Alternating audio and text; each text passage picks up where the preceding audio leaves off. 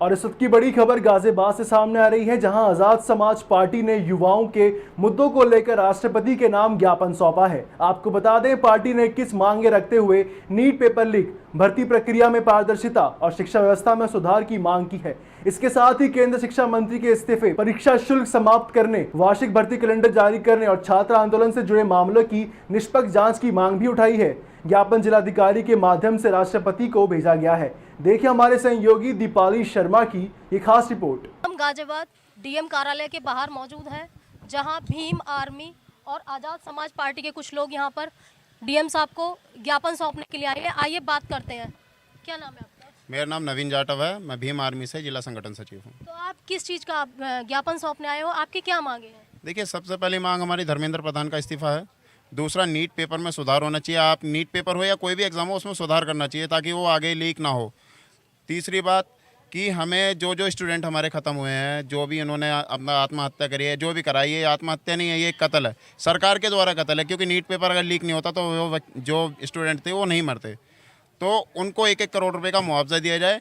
और साथ ही साथ जो दिल्ली पुलिस इस प्रकार से स्टूडेंट पर बर्बरता दिखा रही है, लड़कियों के प्राइवेट पार्ट पर लाठीचार्ज कर रही है, और साथ ही साथ लोगों को पर मतलब बिना मतलब के, जबकि वो शांतिपूर्वक धरना प्रदर्शन कर रहे हैं, फिर भी उन पर लाठीचार्ज किया जा रहा है।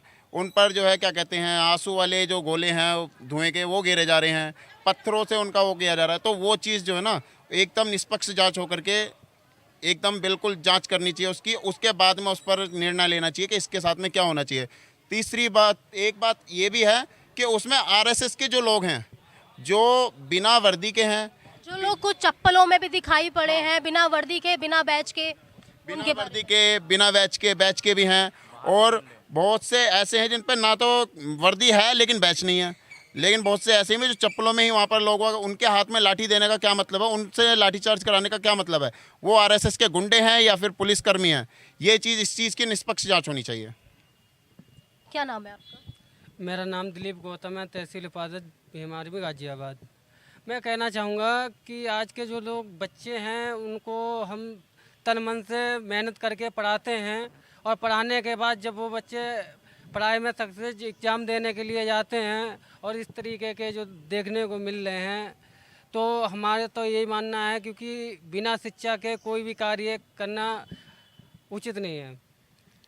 अगर हमारी शिक्षा सफल होती है तो देखा जा रहा है कि स्वास्थ्य, शिक्षा, रोजगार, किसी भी कार्य करने के लिए एक शिक्षा वही बहुत महत्वपूर्ण है, और शिक्षा के बगैर सारा कुछ अधूरा है।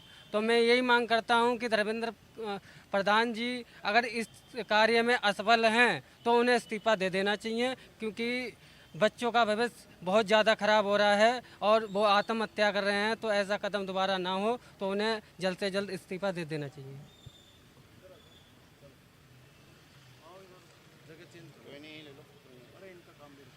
महामहिम राष्ट्रपति जी को हमने ज्ञापन दिया है, जो दिल्ली के जंतर मंतर में 20 तारीख को उन छात्रों के साथ दिल्ली पुलिस ने जो बर्बरता दिखाई है, बहुत शर्मनाक वहाँ उन्होंने कार्रवाई की है, उसके विरोध में हमने धरना प्रदर्शन यहाँ पर रखा है, और महामहिम राष्ट्रपति जी को हमने यहाँ पर ज्ञापन दिया है।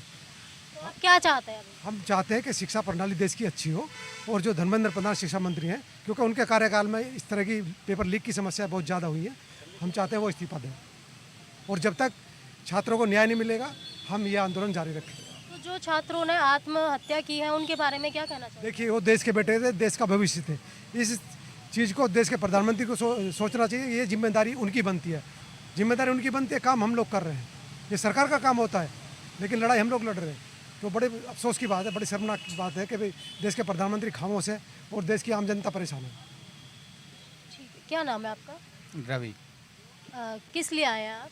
धरना प्रदर्शन, ये उसके जंतर मंतर पे, उसके लिए। जंतर मंतर में जो धरना प्रदर्शन हो रहा है, उसका आप ज्ञापन सौंपने के आए हैं डीएम साहब को? ज्ञापन सौंपा जी। सौंप दिया आपने ज्ञापन? ज्ञापन उन्होंने क्या आश्वासन दिया? अभी तो बोल दिया, करेंगे इस बात के बारे में, बातचीत करेंगे। हाँ जी। मेरा नाम मुकेश कुमार है।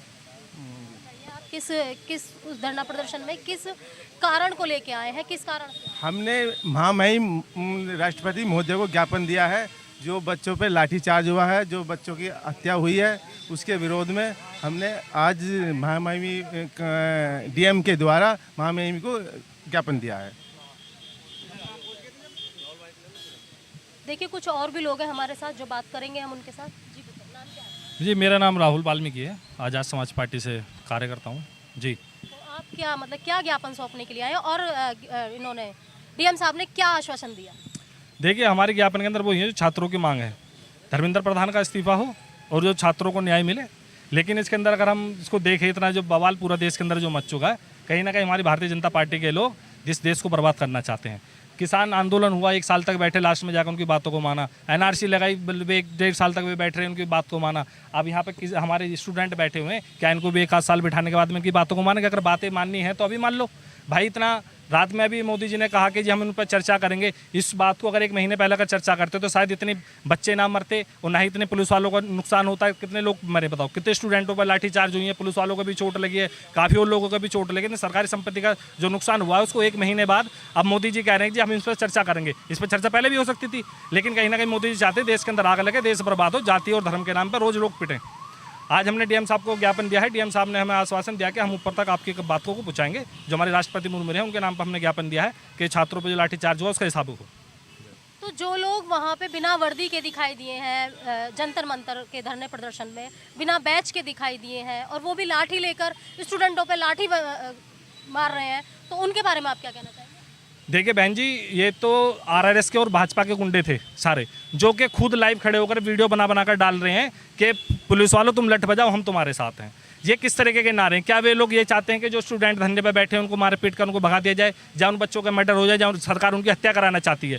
ये सारे भारतीय जनता पार्टी और हिंदू रक्षा दल के लोग हैं जो खुद वीडियो बना कर डालें, जिनके नाम पर ना तो बेच है और ना ही उन पर ठीक से वर्दी है। आपने देखा होगा किस तरीके से महिलाओं के साथ गंदी हरकतें वो लोग कर रहे हैं, सारी चीज़ें कर रहे हैं, लेकिन सरकार फिर भी उस पर कोई जवाब देने के लिए तैयार नहीं। तो ये थे हमारे साथ भीम आर्मी। संजय आज़ाद नाम है। सरकार इस तरीक़ा से डरी हुई है, कहने का मतलब दिल्ली के अंदर एक तो 4 किलो एरिया के अंदर उन्होंने नेट बंद कर रखा है। आज से 5 दिन हो गए हैं। 17 मेट्रो स्टेशन बंद कर रखे हैं और जो लोग दिल्ली के जंतर मंतर पे जा रहे हैं ना, उनको वहाँ की जो दिल्ली पुलिस है उसको बांटने का काम कर रही है, भीड़ को वहाँ पहुँचने नहीं दे रही। अब आईडी वगैरह सब चेक किए जा रहे हैं। ये पता कर रहे हैं देखो कोई बाहर का बंदा नहीं आ रहा है यहाँ पर। और सरकार बहुत बुरी तरह डरी है, लेकिन युवाओं की यही मांग है, जब तक धर्मेंद्र प्रधान इस्तीफा नहीं देंगे हम पीछे नहीं हटेंगे। और आप देख रहे हो उस भीड़ में बीजेपी के भी गुंडे बैठे हुए उस आंदोलन को ख़राब करने के लिए। और सरकार को हम सीधे चुनौती देते हैं, जब तक धर्मेंद्र प्रधान इस्तीफा नहीं देंगे ना, हम युवा लोग 1 इंच नहीं हटेंगे, भले हमें अपनी जान देनी पड़े, लेकिन धर्मेंद्र प्रधान का इस्तीफा लेंगे हम।